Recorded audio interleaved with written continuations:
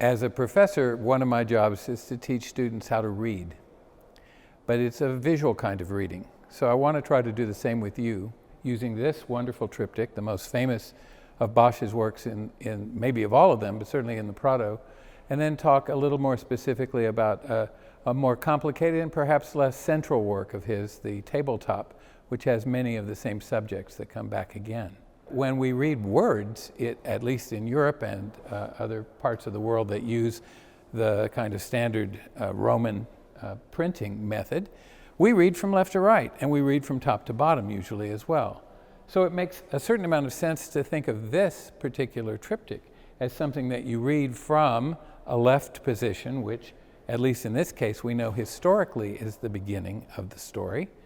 across the panel to hell, which in some respects is the inevitable end of those things that are happening in the center. Now, because I'm a professor, I've taught this picture over a number of years, and it's fascinating to see how the way we respond to the center panel has changed with time. When I first started teaching, it was the grand era of Playboy, followed by the era of all kinds of experimental sexual freedom in the 1960s. And this wound up being the most popular poster in the dormitory rooms of many of the students at my universities. They thought it was a beautiful image of free love, with consequences, of course, on the right wing, but what they saw was the center as the important part from that point of view.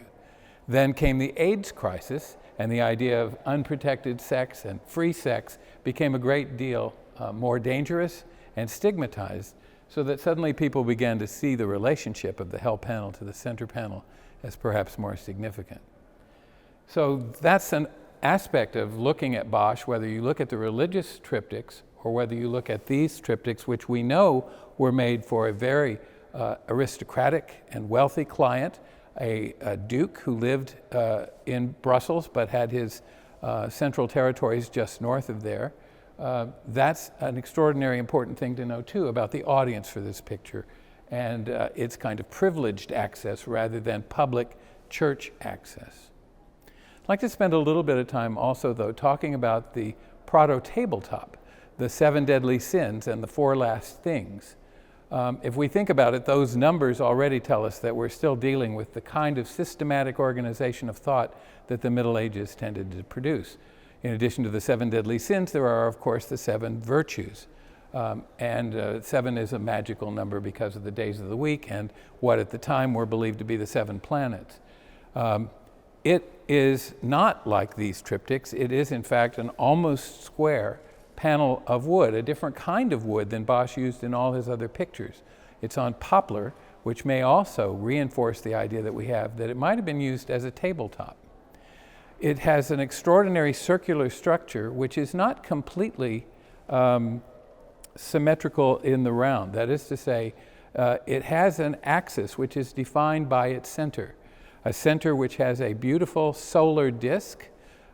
which is a kind of image of the divine in many cultures, and certainly an aspect of Christian beliefs about the Godhead. But it also, if you look at it as a circle with the sun in the center, and in the center of that a kind of opening, it looks like an eyeball. And in the very opening, which we would call the pupil of the eye, is a figure not just of Christ the Creator, but it's of the suffering Christ.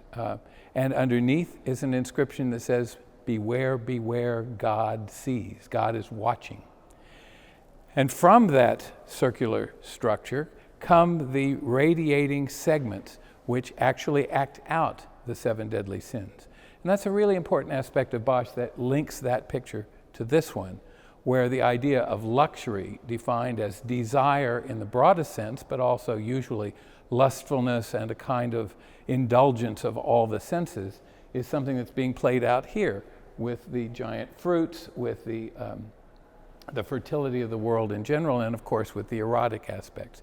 That's the luxuria part of those 7 deadly sins, and we can follow gluttony as overeating, and sloth as lack of activity, and envy as coveting your neighbor's possessions, and so forth, all the way around. One of the great contributions that Bosch made to the history of art was to take the idea of sinfulness as an ethical problem in daily life and make it the subject of painting.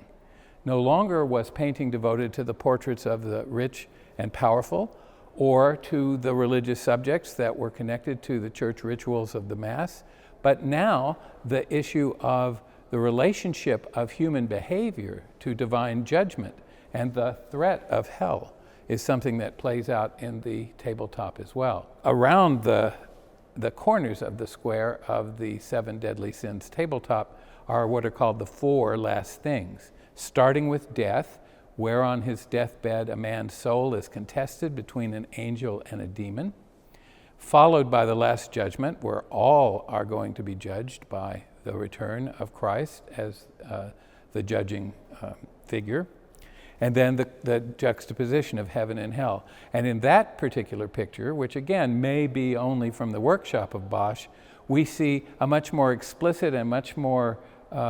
pedagogical teaching kind of image, which shows each of the sins with its own distinct label, so that if you have the sin of luxuria and sleep with the wrong people, you'll wind up in hell sleeping with demons and so forth. Each of the sins has its own excess, which is marked, and its own punishment, which is expressly tailored to the sin in question. This is a much richer hell with much more complication, much of it connected, though, to the indulgence in such pleasures as music, for example,